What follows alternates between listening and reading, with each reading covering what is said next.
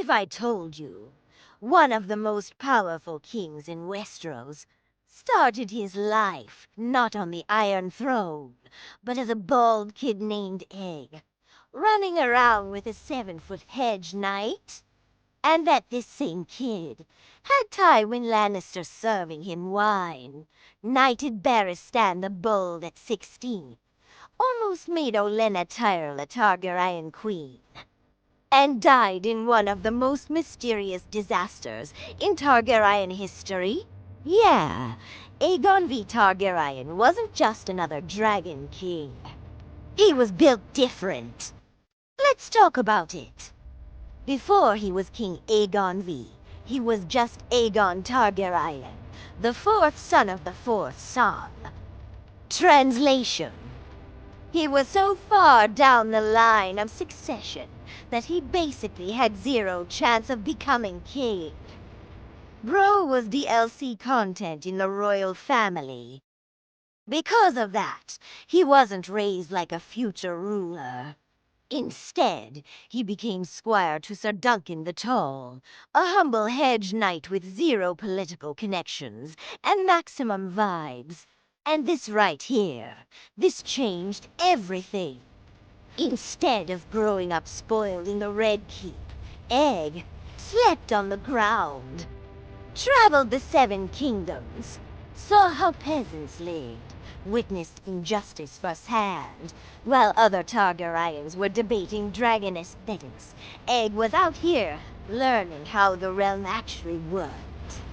Fun fact, he shaved his iconic silver hair to hide his identity. That's why Duncan called him Egg. Imagine a secret Targaryen prince walking around bald like a medieval Kalu. Westeros wasn't ready. Now this is crazy. When Egg became king, one of his royal pages and cupbearers was a young Tywin Lannister. The same Tywin who would later destroy House Rain, run the 7 kingdoms with cold efficiency, basically intimidate people just by breathing. That Tywin. Picture this. Young Tywin pouring wine for King Egg, probably thinking, one day I'm going to run this entire continent. And here's the twist. Tywin deeply respected Egg's strength, but he did not agree with Egg's policies. Because Egg tried to help the small folk, Tywin believed in power through fear. Egg believed in fairness, two completely different philosophies, and that ideological clash shaped Westeros for decades. Egg never forgot where he came from. When he became king, he named his firstborn son Duncan Targaryen, but history remembers him as Duncan the Small, and that name wasn't random. It was in honor of Sir Duncan the Tall, the hedge knight who raised him. Think about that. Most kings name their heirs after conquerors, warriors, or legendary ancestors.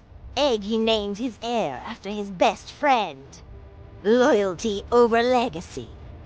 That's character development. But here's where it gets messy.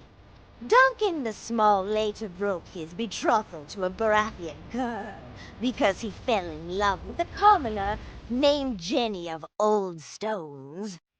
Yes, the Targaryens really said, we are dragons, but we also believe in love. And that decision caused major political drama. But it also showed something powerful. Egg raised his children with the same values he learned on the road. Okay, this one is legendary. Egg's third son, Prince Daeron, was once betrothed to Olenna Redwine.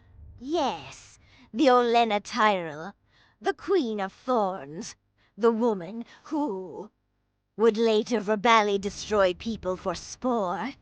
But the marriage never happened. Why? Because Prince Daeron preferred, let's say, different company. meaning Westeros almost had Queen Olenna Targaryen. Imagine the political chaos. The sass levels in the Red Keep would have been nuclear. History robbed us. Now this is pure. Main character energy. At just 16 years old, Barristan Selmy entered a tournament as a mystery knight. He was young, unknown, not even technically of age, but he fought like a legend. When his identity was revealed, King Aegon V personally knighted him on the spot. That moment created Barristan the Bold, one of the greatest knights in Westerosi history. Think about it. Egg had an eye for talent. He saw greatness early, and he wasn't afraid to reward it. That's king behavior. Here's what really made Egg different. He tried to reform the realm. He pushed laws to protect peasants, limit noble abuses, improve conditions for common people. Basically, he tried to make Westeros less toxic, and the nobles, they hated it, because helping the small folk meant limiting aristocratic power. And remember, Westeros is basically one giant medieval group chat full of pride and grudges. Egg faced constant resistance, but he kept trying, because he remembered sleeping on dirt floors. He remembered hunger. He remembered injustice. He wasn't ruling from theory. He was ruling from experience. And then Summerhall, one of the greatest mysteries in Targaryen history.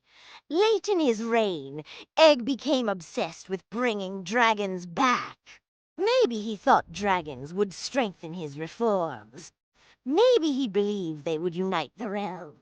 Maybe he just missed the old Targaryen glory. At Summerhall, a ritual was attempted. Dragon eggs, wildfire, prophecy, and something went horribly wrong. The castle burned. Many died, including King Aegon V. But here's the haunting twist.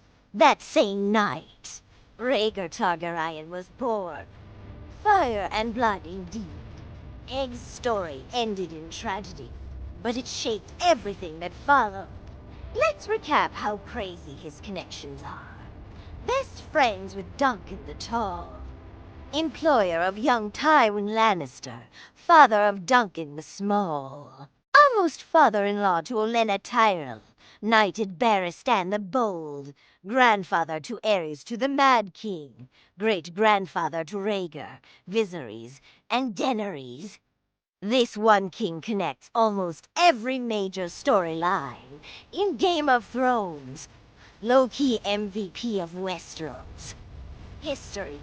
Aegon V Targaryen wasn't the strongest king.